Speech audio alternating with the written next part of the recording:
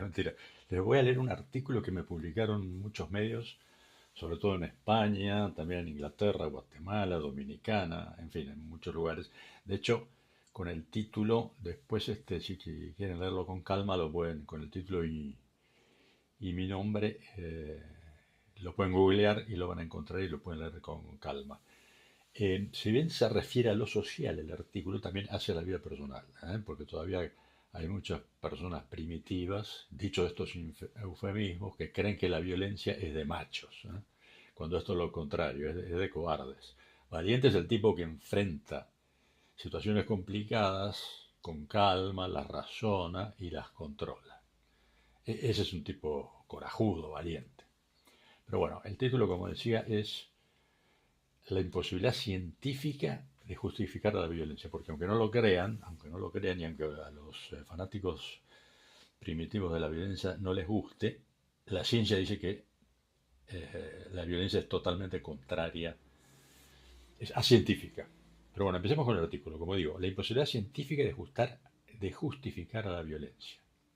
Y dice así, la violencia, incluyendo casos de urgente defensa, es inmoral. Así lo dice la ciencia, que en contraposición muestra que los métodos eficientes de defensa son los pacíficos, empezando por dejar que la naturaleza se expanda libremente, creando el ambiente adecuado para la paz. Es decir, evitando las imposiciones coactivas que normalmente aplican los estados utilizando precisamente su monopolio de la violencia.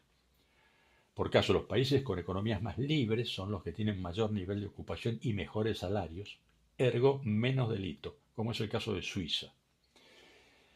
Luego está la prevención, la disuasión y la negociación. Todo eso, por cierto, para llegar y evitar la violencia. Obviamente los conflictos internacionales parten también de imposiciones violentas de los estados, empezando por la existencia de fronteras que impiden la natural interrelación pacífica entre los seres humanos.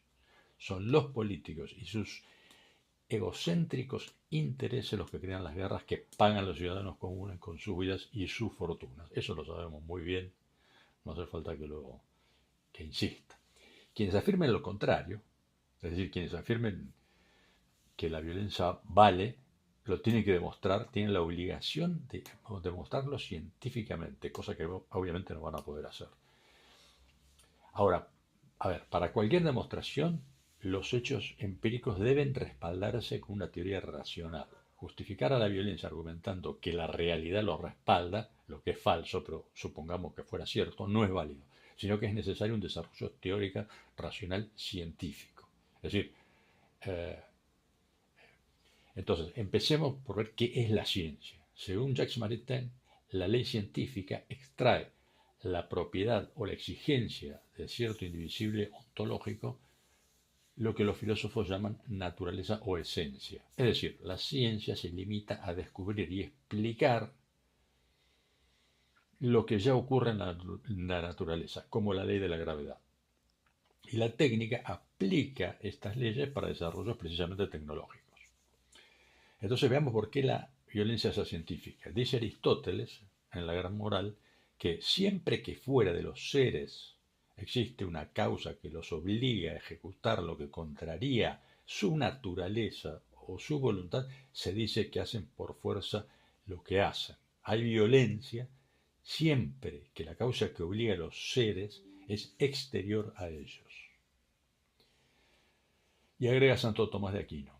La violencia se opone directamente a lo voluntario como también a lo natural, por cuanto es común a lo voluntario y a lo natural el que uno y otro vengan de un principio intrínseco. Es decir, la violencia es extrínseca, es exterior a las personas, es extrínseca al desarrollo natural, es extrínseca a la naturaleza, por tanto es destructiva. Es decir, va contra lo natural, destruye lo natural y su desarrollo espontáneo.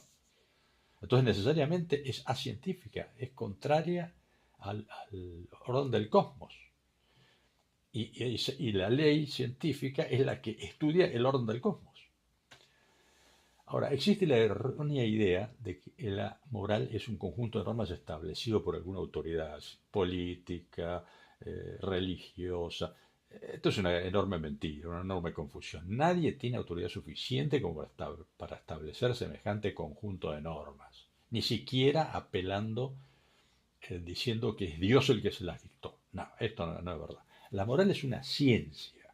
La moral es una ciencia que estudia precisamente las leyes de la naturaleza. ¿eh? Ya vimos otra vez que la ciencia es el estudio de la naturaleza. Para que el hombre, entonces la moral es la ciencia que estudia las leyes de la naturaleza para que el hombre se desarrolle plenamente. Por lo tanto, la violencia es inmoral en todos los casos, porque va contra las leyes de la naturaleza, va contra la naturaleza. Eh, por cierto, Adam Smith, por caso, no era economista, sino profesor de moral. Y para Friedrich Hayek, unos profesores de moral y teología moral de la Universidad de Salamanca fueron precursores en el desarrollo de la teoría del mercado, porque el mercado es precisamente la colaboración pacífica y voluntaria entre los ciudadanos comunes. Eso es el mercado. El mercado no son las grandes empresas, mucho menos las multinacionales. El mercado son las personas, el pueblo, interactuando pacífica y voluntariamente, cooperando para el desarrollo de todos.